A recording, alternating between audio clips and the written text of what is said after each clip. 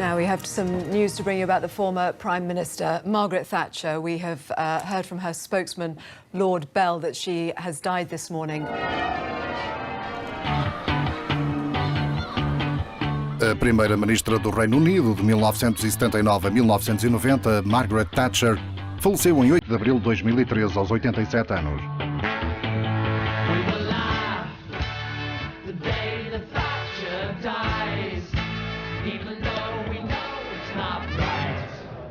Espontaneamente organizaram-se manifestações festivas.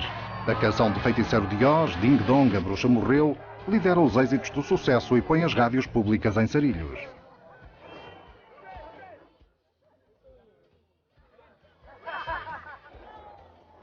She started the whole neoliberal madness that we're all suffering from now. That legacy was turning over public services and starting the greed for the bankers. And I think everyone knows it started in Britain. Can I just ask, is it the right time to have a party, really? Yeah, it is, yeah. They fetched her and put her in coffin. Then they took her out and then they burnt her. After we'd done that, we danced in her ashes.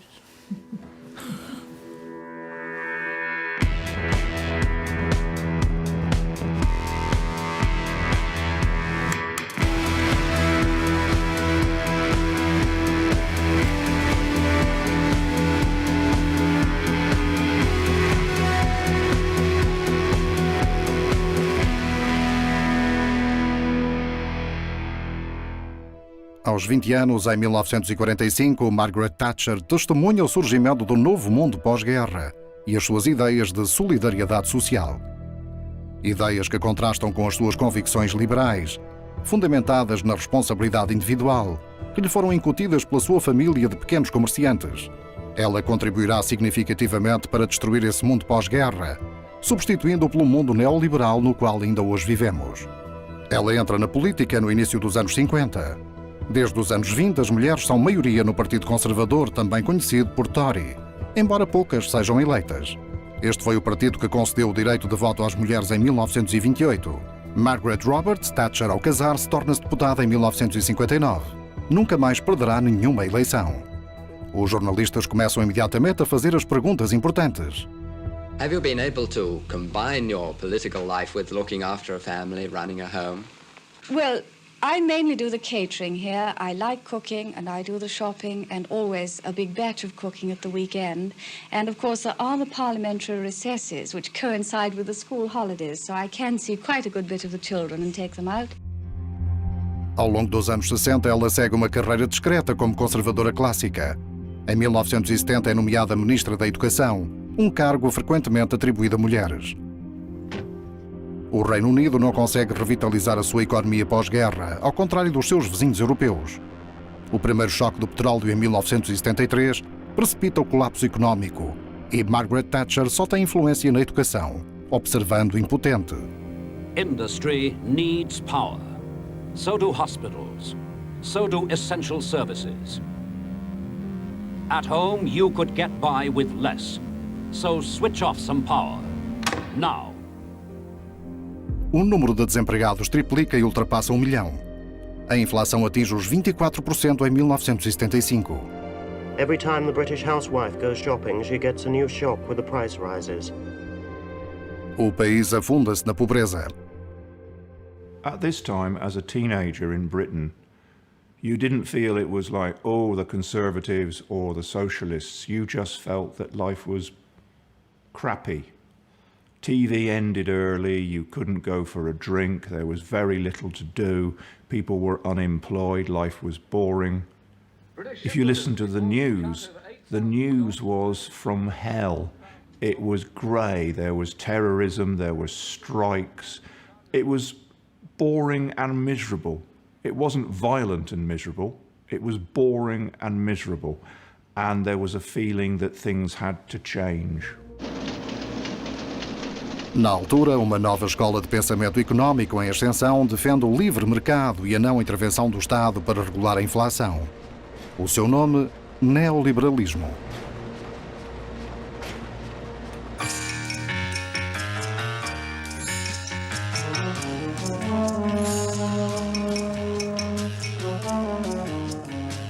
Let me, for a moment, outline what I think are the directions you have to take, and then maybe we can discuss each of them. I think there are three. Number one, on the level of taxation. The second level is in the social service area. Third, you need to get rid of your nationalized industries and turn them back to the private sector. Pequeno grupo de conservadores está convencido de que essas teorias são a solução para os problemas que ninguém consegue resolver. Margaret Thatcher faz parte desses novos defensores do mercado livre.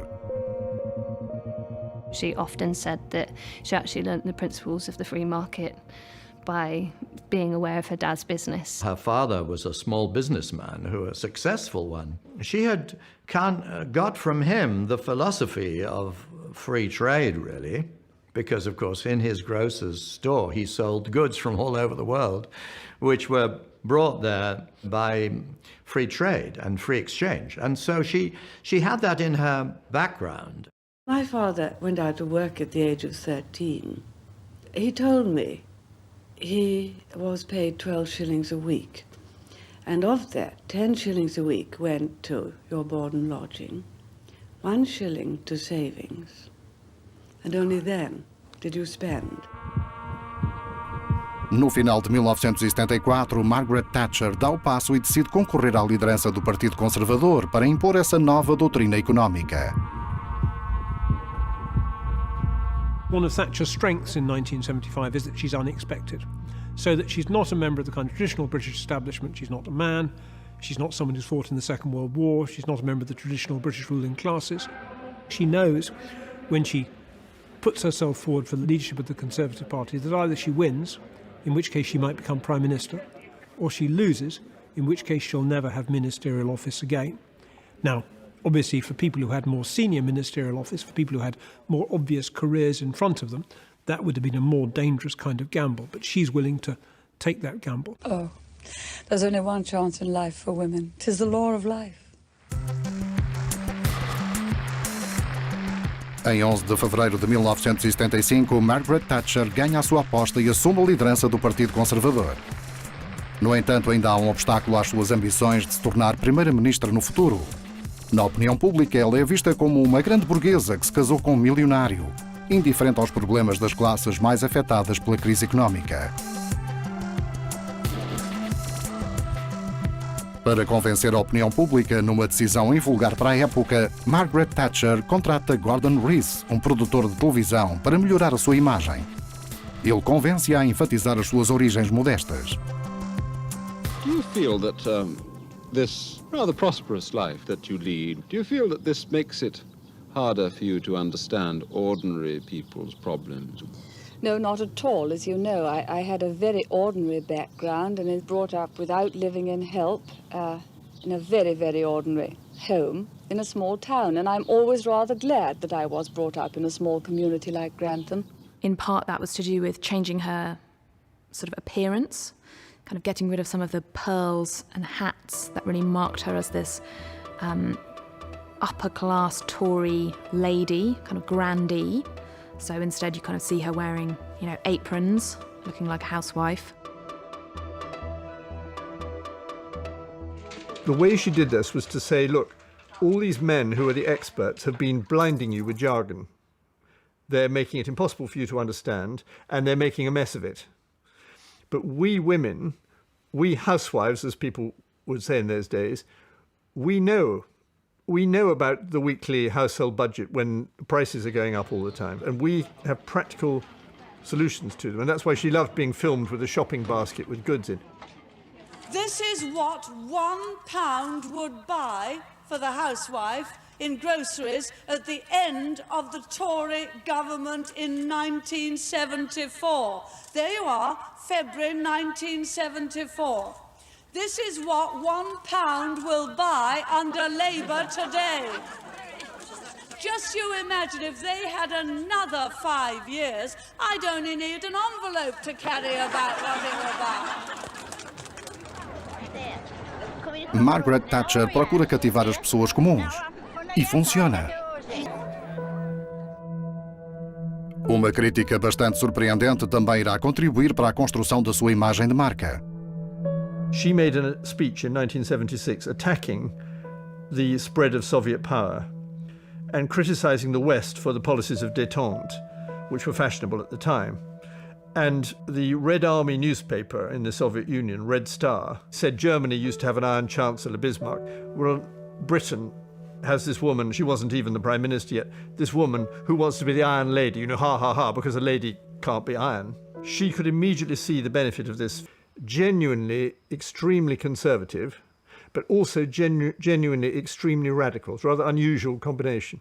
And I think both those strands were always there in her. And the secret to her political success was that people could see both of them. Because if she'd just been a neoliberal, a normal conservative voter would think, well, what's all this? This is all sort of funny doctrine. I don't understand this. And if she'd just been a traditional conservative, a more educated electorate would have thought, well, she's very narrow. You know, what does she know about the world? So on. She actually sort of kept those qualities in balance and became a conservative radical. Mas para conquistar a opinião pública, a equipa de campanha de Margaret Thatcher adota temas conservadores muito mais clássicos. People are really rather afraid that this country might be rather swamped by people with a different culture. That if there's any fear that it might be swamped, people are going to react and be rather hostile to those coming in. We must hold out the prospect of a clear end to immigration. I think for a lot of the voters in 1979, they're voting for Thatcher because they think she's going to send back immigrants and hang people, which actually she never comes close to trying to do. Uma promessa de campanha bastante atrativa, de facto, é tentar reinstaurar a pena de morte pelo Parlamento. Well, I like the hanging she's going to, and the trade unions, the attitude she has towards the trade unions. She's not going to hang trade unions. No, I mean, she wants to bring hanging back, and I agree with that. Yes. And she's going to try and bring income tax down, and it'll give you more incentive to work. Ainda assim, tem de haver emprego. Em 1976, o Reino Unido estava à beira da falência. O governo trabalhista teve de recorrer ao Fundo Monetário Internacional para obter um empréstimo mais significativo já concedido a um país.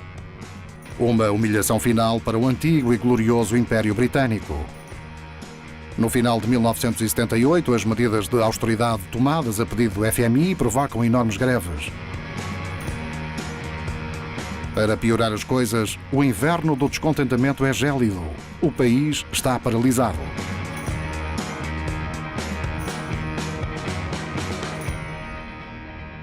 There was a problem with the unions in this country, and it was widely perceived.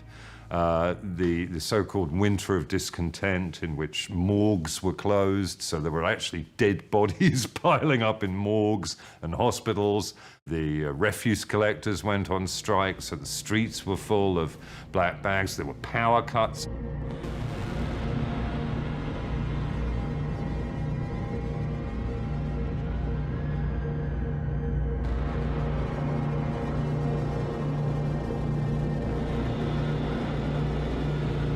So the sense that one had of permanent crisis over that winter was really quite phenomenal.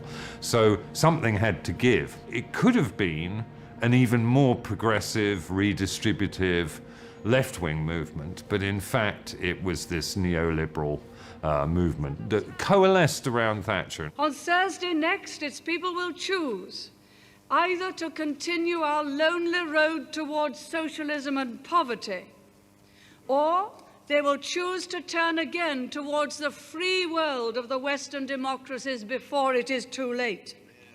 And I believe that more yes, do clap.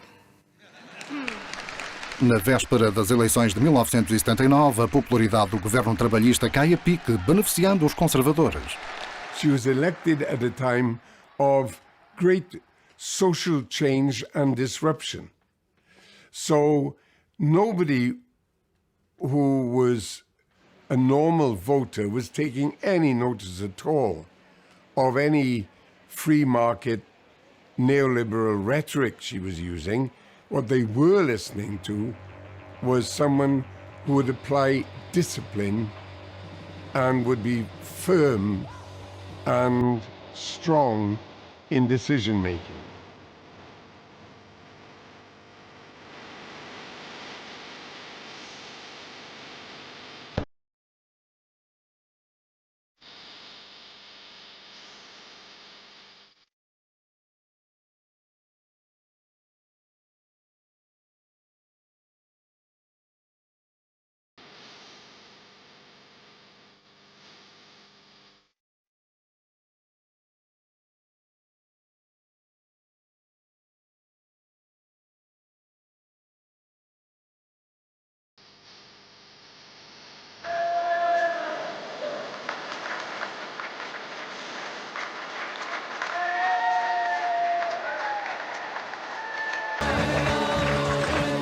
Labour Party at the moment 39%, the Conservatives 43%. The world headlines tomorrow will be entirely in terms of the historic breakthrough a woman has now achieved.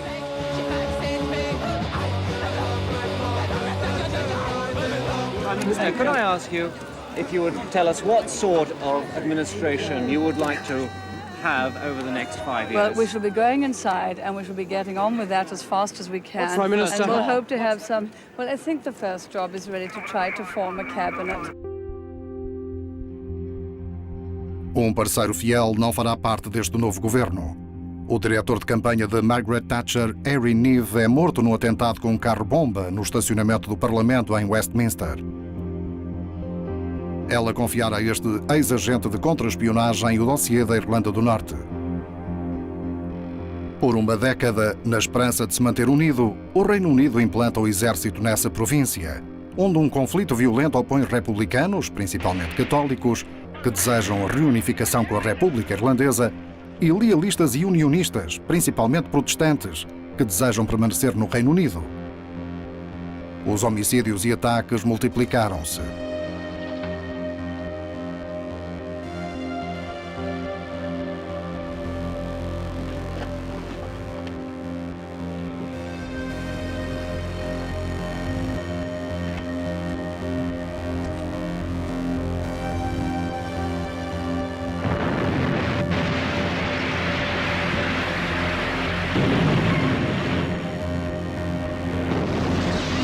O atentado contra Harry Neave foi reivindicado por um grupo paramilitar ligado ao IRA, Exército Republicano Irlandês Provisório.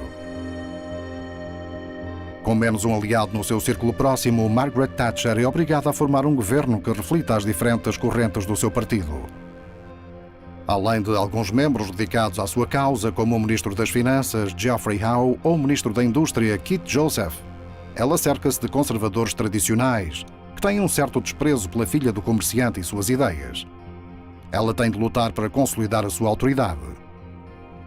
Isolada desde que chegou ao poder, Margaret Thatcher enfrenta o segundo choque do petróleo que provoca, no início dos anos 80, a pior recessão mundial desde a guerra.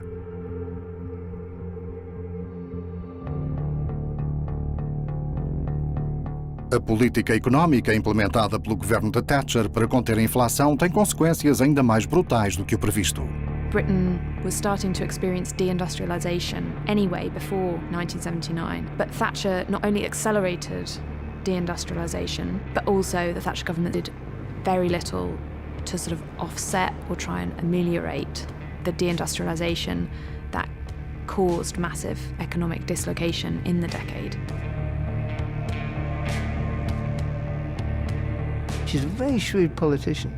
And I think the key to understanding it is to see her as an inverted Marxist, because she understood Lenin's dictum that the bourgeoisie can survive any crisis as long as the working class pays the price. E o preço a pagar é o desemprego. O encerramento de fábricas multiplicou-se e em 1980 o número de desempregados atingiu os 2 milhões. People's March for Jobs, the cause of the marchers reflecting the polarisation of British politics in the last few years.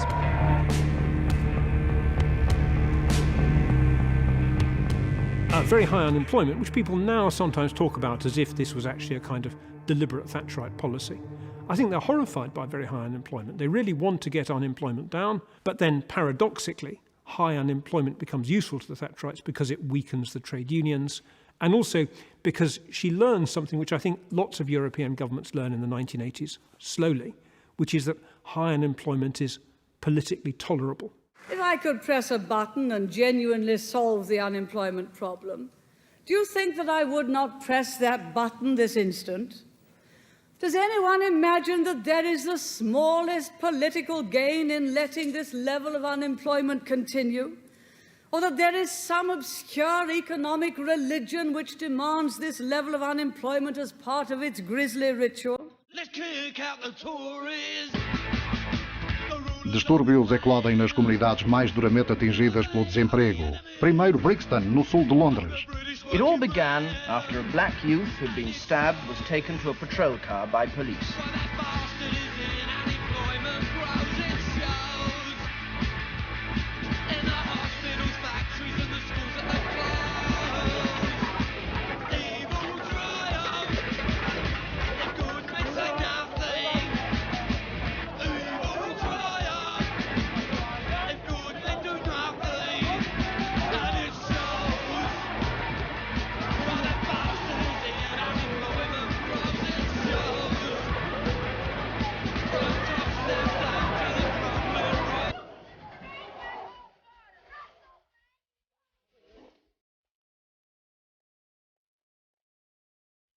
Outros distúrbios eclodem em várias partes de Inglaterra.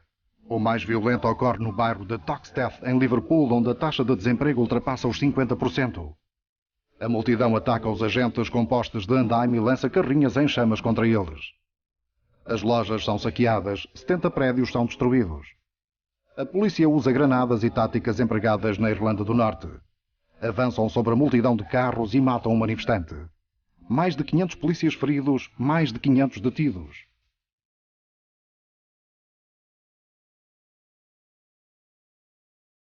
Ao mesmo tempo, a Dama de Ferro permite a morte de Bobby Sands, membro do Exército Republicano Irlandês Provisório, que estava em greve de fome na prisão, para exigir o estatuto de prisioneiro político.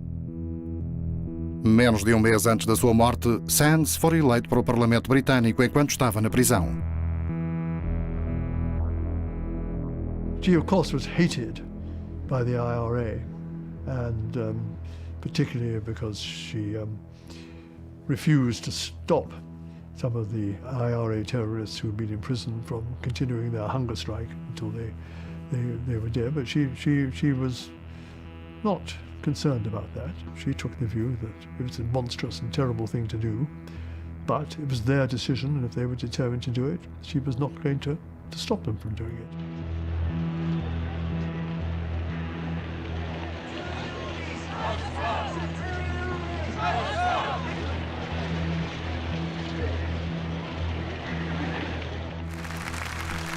Dentro do próprio partido, há dúvidas desde cedo sobre a capacidade de sobrevivência política de Margaret Thatcher face aos resultados. Muitos defendem o retorno a uma política conservadora mais convencional. To those waiting with bated breath for that favourite media catchphrase, the U-turn, I have only one thing to say. U-turn if you want to.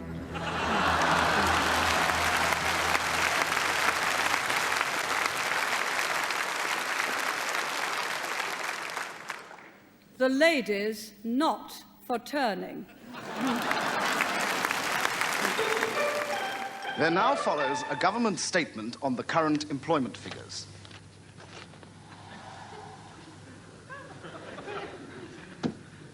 Oh, dear.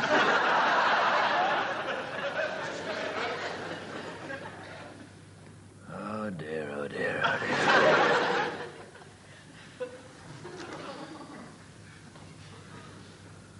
Oh, God. Mas rapidamente um acontecimento inesperado tira temporariamente o foco do desemprego. Em 2 de abril de 1982, a Argentina invade as Ilhas Malvinas.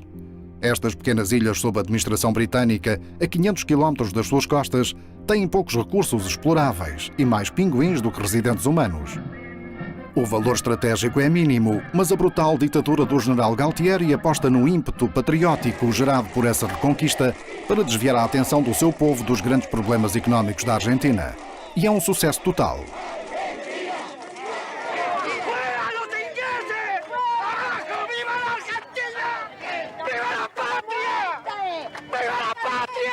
crisis to many people seems a little unreal because it's come upon us so quickly. Are we really going to fight a war with Argentina?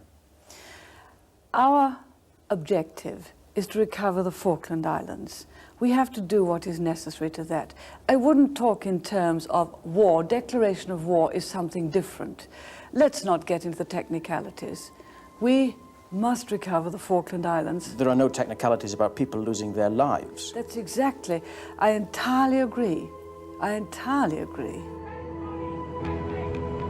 Contra o parecer do seu Ministério dos Negócios Estrangeiros, contra o parecer da Europa e dos Estados Unidos e contra o parecer das Nações Unidas, Margaret Thatcher afasta progressivamente todas as soluções diplomáticas.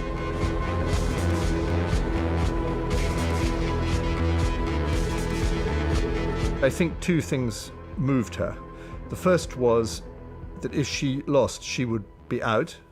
And the second was that she actually did feel the most tremendous humiliation for her country. If Britain, of all countries, has to concede military defeat to a tin pot dictatorship like Argentina, what does that say about us? What does that say about what we can do in the world? How does it feel?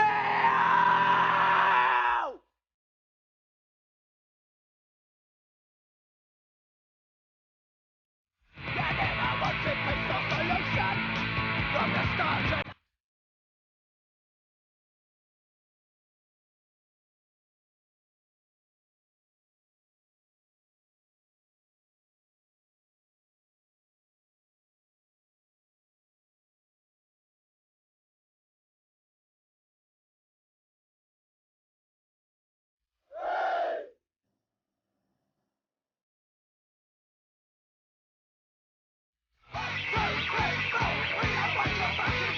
Em 14 de junho de 1982, a Argentina capitula. O conflito durou 2 meses e meio, custando a vida de quase 1000 soldados.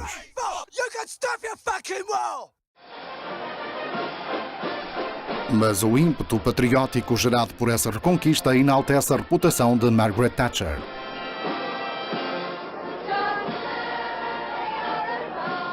It was very, very popular, well, with most people, but particularly with the working class. And so this was another way in which she could prize away Labour's traditional support. At the time of the Falklands, the government standing was fairly low. It had taken some of the most difficult decisions on the economy. And had there been an election then, I think she would probably have lost. But things were beginning to improve by the time the election came. But there's no doubt that the Falklands victory gave a huge boost to it. Em 1982, Margaret Thatcher não beneficia apenas do prestígio das Malvinas. O fim da recessão mundial começa a ser sentido e as plataformas de petróleo construídas pelo Reino Unido no Mar do Norte estão operacionais. A exploração desses enormes depósitos começa a encher os cofres do Estado. Mas, acima de tudo, a esquerda está completamente dividida. Neste contexto mais favorável, Margaret Thatcher convoca eleições antecipadas para junho de 1983, as quais vence com ampla margem. Agora que ela tem o poder firmemente nas mãos, inclusive dentro do seu próprio partido, não tem de fazer mais concessões políticas. Os Thatcheristas podem acelerar as suas reformas económicas. I think it takes you quite a long time and quite a little experience in politics to know that the battles of peace are even more difficult to solve than the battles of war. Yeah. Um dos setores-chave para reduzir os gastos do Estado é a indústria do carvão, cada vez mais deficitária. No entanto, o governo sabe que corre o risco de confronto com o NUM, o Sindicato dos Mineiros.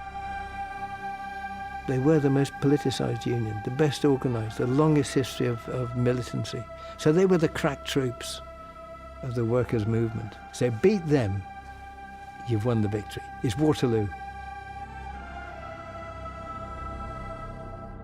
You have to see it in the context of the history, because it was the miners that had brought down the Heath government, really, in 1974, of which she was a part. And she knew, therefore, that this would happen again unless you could achieve certain conditions. You've got to have high levels of coal stocks at the power stations. You've got to provide for dual oil-fired power stations which could switch to oil in the event of a miners' strike. Trade union laws which prevent what we call secondary picketing, which meant that the pickets could go off and try to stop everything, not just coal mines. Make it so that social security legislation was changed, so that strikers couldn't rely on the state for their sustenance. Finally, policing, which could be coordinated. Because we don't have a national police in Britain, when the miners were organising strikes all over the country and moving around with their pickets, you had to have better information to make sure that they were not closing down power stations and so on. PSUs 25 and 26. And crucially, have at your disposal mobile forces of police officers who could give protection to cohorts of lorry drivers already with a predisposition to cross picket lines. Em março de 1984 é anunciado o encerramento iminente de 20 minas deficitárias. O presidente do NUM, Arthur Scargill, convoca imediatamente uma greve nacional sem esperar pela votação do sindicato. This special conference further agrees to call on all areas to join with the 80% who are already on strike and ensure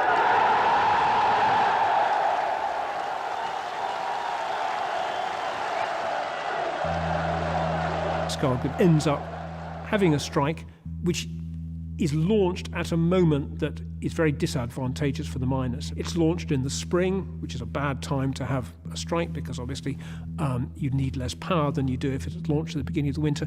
And most of all, it's launched in a way that divides the NUM itself, so the miners don't all go on strike, which is a huge bonus for the Tories.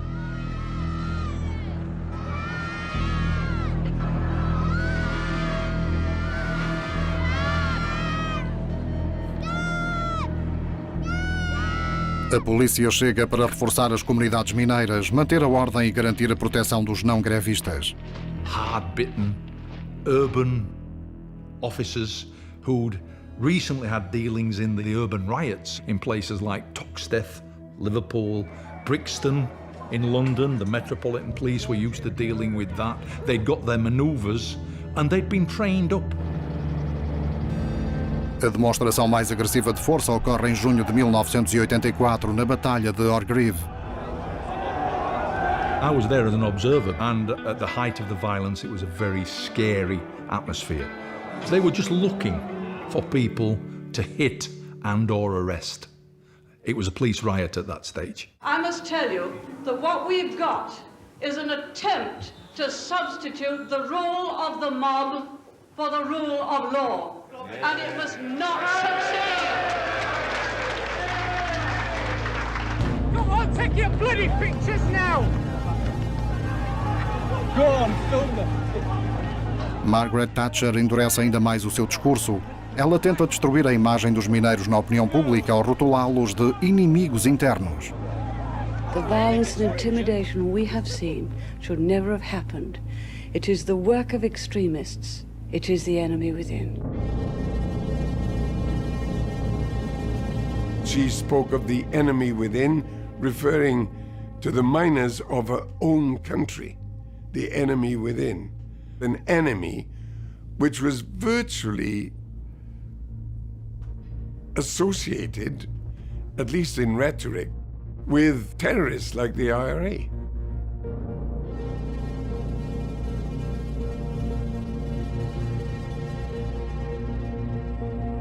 Em 11 de outubro de 1984, durante a conferência do Partido Conservador, Margaret Thatcher está no Grand Brighton Hotel, juntamente com muitos participantes. Contudo, às 3 da manhã, uma bomba explode colocada pelo IRA. São contabilizadas 5 mortes, incluindo 2 deputados.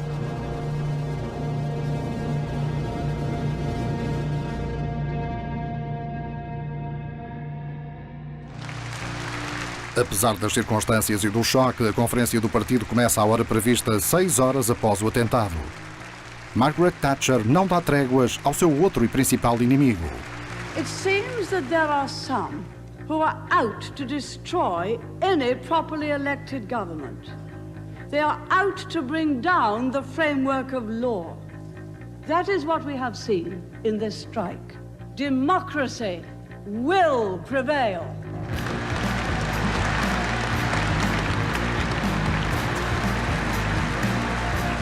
Além dos ataques de Margaret Thatcher, os mineiros recebem pouca ajuda dos sindicatos de outras indústrias que preferem evitar o mesmo destino. São as suas esposas que oferecem o maior apoio. Elas envolvem-se na luta sob o rótulo WAPC Mulheres contra o Encerramento das Minas.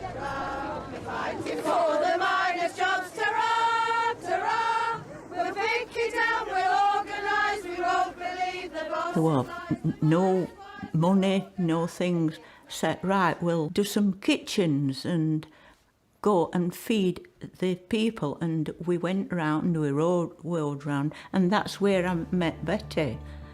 We said, well, we'll go on picket lines because they can't sack us because we don't work there.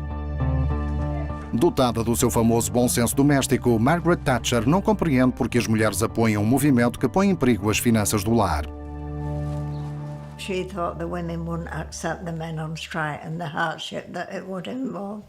And she called herself an Iron Lady. Well, we called ourselves hundreds of Iron Ladies. We're here, we'll not be defeated. Are you a fighter? I'm sure a fighter. You can ask her what I am, a fighter. And so are my lasses fighters. We're all fighters. That's what it's all about, really. Women have risen up and formed themselves and organised themselves and will never ever be the same again. Not ever when this is won will never be the same again. Because win it, we win. The fact that they realised the talent they had can't hide the fact that it was a terrible event. So the fact that you discover you're a hero in wartime doesn't justify the war. Miners opened their lockers and donned their hats for the first time for 54 weeks. In the Doncaster area, the strike had been solid throughout.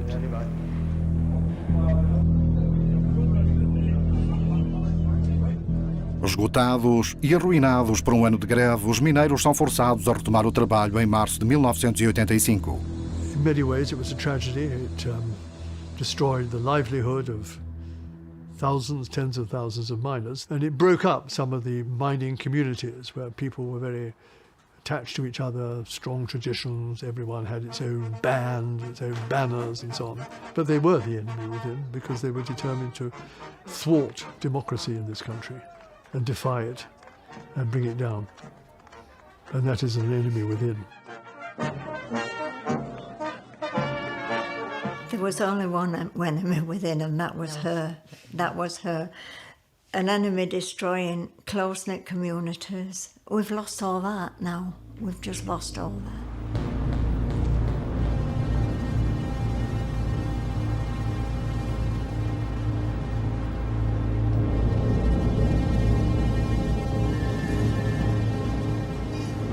There's a general process by which weakening the trade unions means that it's easier to privatise those industries in which the trade unions have been very powerful, and privatising those industries in turn further weakens the trade union.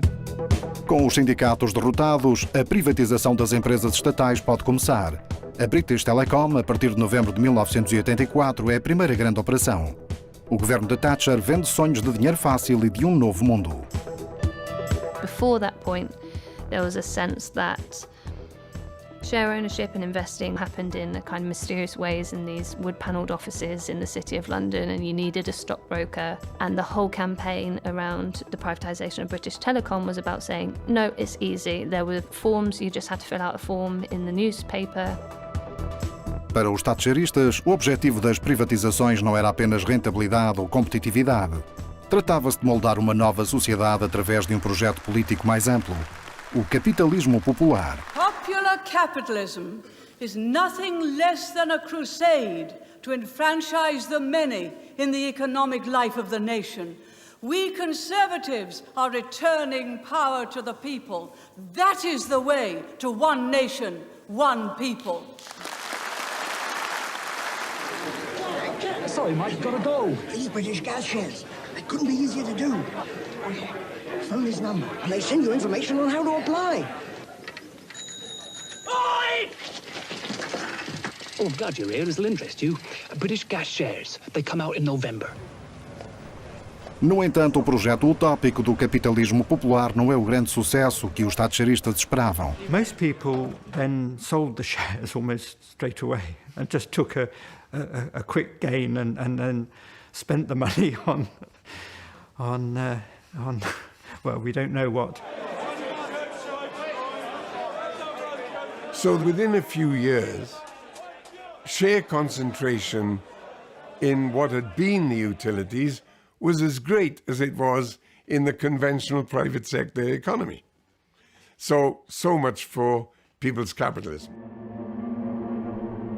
Após as empresas públicas, é a vez da Bolsa de Londres se encontrar na mira do governo. Era o reduto da classe alta britânica, contra a qual a filha do comerciante sempre alimentou um desejo de vingança. No final de outubro de 1986 dá-se o Big Bang. As transações financeiras já não exigem ter contactos em City, o distrito financeiro de Londres. Podem ser feitas por telefone ou computador. Mas, acima de tudo, a Bolsa está totalmente desregulamentada, tornando-se numa das praças financeiras mais atrativas, mas também mais opacas do mundo.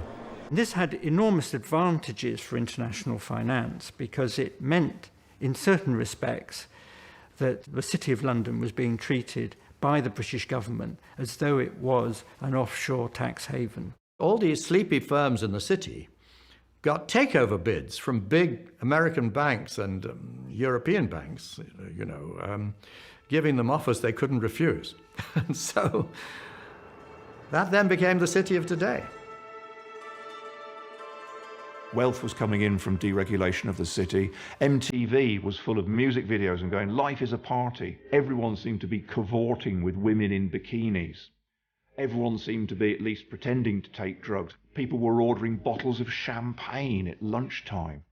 This was in Britain. In Britain you'd make a bottle of brown ale last until Christmas. It was conspicuous consumption, it was individualism. Everywhere you look, you can find the stock market being a form of entertainment,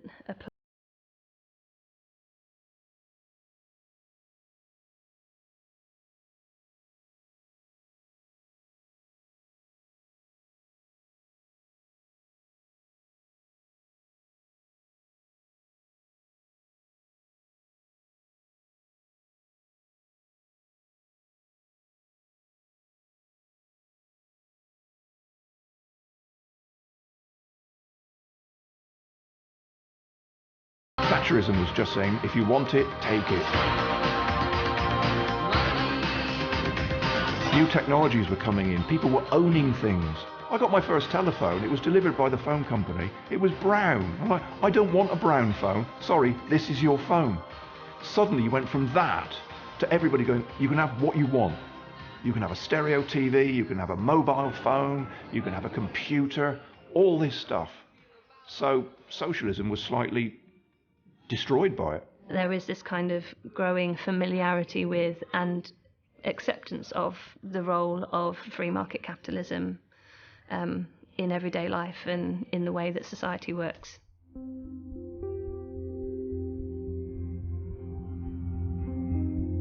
Mas nem todos lucram com esta nova economia de financiamento. Inequality went up massively in the Thatcher years.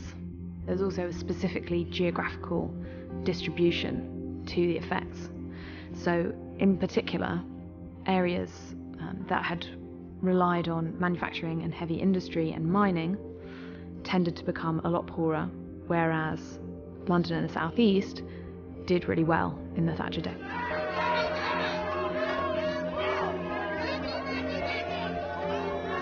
Do you require more skill? I haven't got no skill. What? No, but we can train you to have some. But you won't give me the money while I am training. You won't give me the money while I am training. All she's on about is these high-tech, going to college and all this. I'm thick, I'm not a college man. I'm a labourer, that's all I want is a labouring job. She's took them all away. Quem beneficia dos anos da Thatcher reelege-a para um terceiro mandato em junho de 1987, por interesse pessoal, nem sempre a apreciando. Este seria o seu último mandato. Margaret Thatcher volta-se para o cenário mais internacional, querendo deixar a sua marca além do Reino Unido. No entanto, a queda do Muro de Berlim em 1989 encerra a cruzada contra o socialismo que ela liderou ao longo dos seus 3 mandatos, tanto em Inglaterra como no mundo. The Cold War knits Thatcher into all sorts of institutions. So clearly that means NATO, it means the Anglo-American alliance, but it also means early on the European community. She sees the European community, as indeed it was, as being a Western body, which is partly important because it counteracts communist influence, which is obviously a very important part of the kind of reasons for initial European integration, and something that goes on being important to Thatcher. And it becomes less significant once there's not a Soviet threat to be countered. É a questão da Europa que acabará por causar a sua queda. Inicialmente muito a favor da Europa, ela procura cada vez mais o confronto com o tempo à sua maneira inimitável. She was very anti-German, I have to tell you. Once she took me aside at a party and she took me into a corner of her room. So I thought she was trying to say something secret. And she said, you know what's the matter with Chancellor Kohl? And I said, no, I don't. What's the matter? She said, he's a German.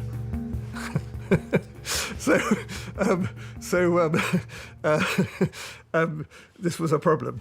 If we did not retain our national identities in Europe, the dominant people in Europe would be German.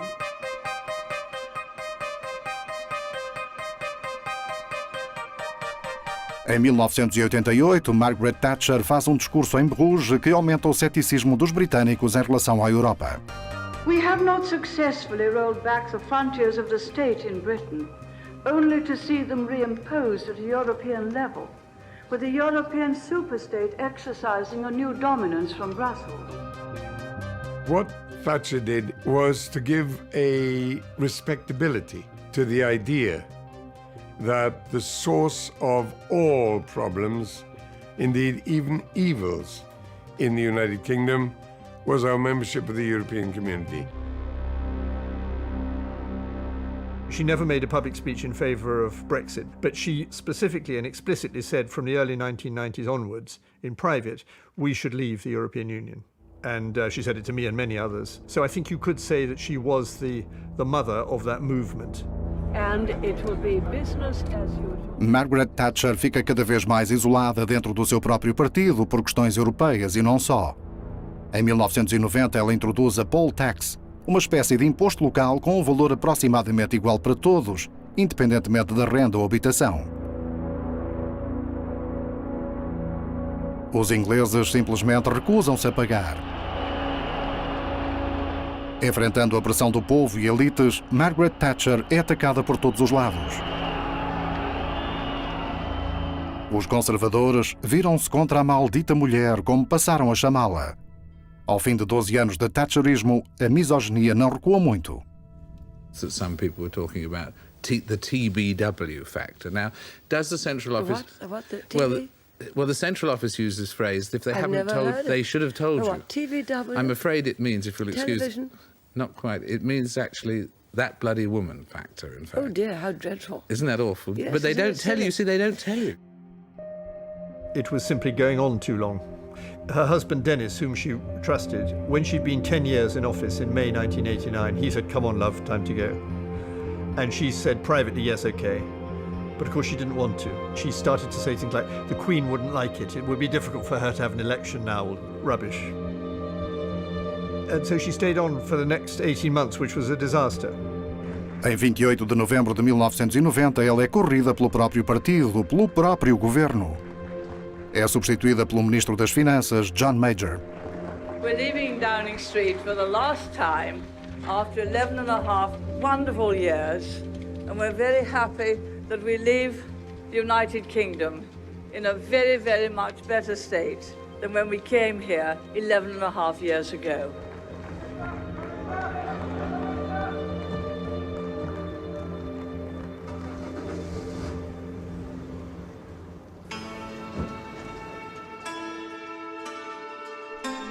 O Thatcherismo no Reino Unido e o triunfo das ideias neoliberais em quase todo o mundo desde a década de 80 não transformaram só os partidos conservadores.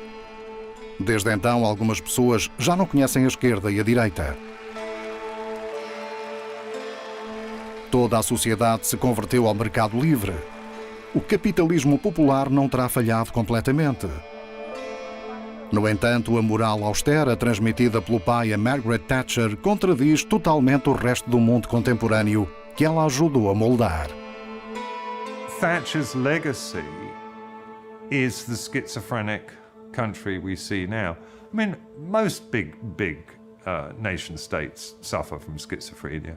They suffer from divisions and irreconcilable polarities that they don't understand themselves. You know, you could say something like Harry and Meghan going to America is totally Thatcherite, setting up their own YouTube channel, attempting to cash in on their royal status. They drank deep of the cup of Thatcherism. The schizophrenia is everywhere, and it ill behooves those of us now, late baby boomers or Gen Xers, who actually benefited from the economic legacies of Thatcher, to turn around and pretend that we opposed her all along and that we're on the side of the angels. The fact is that we took the money, as we say in England, and ran.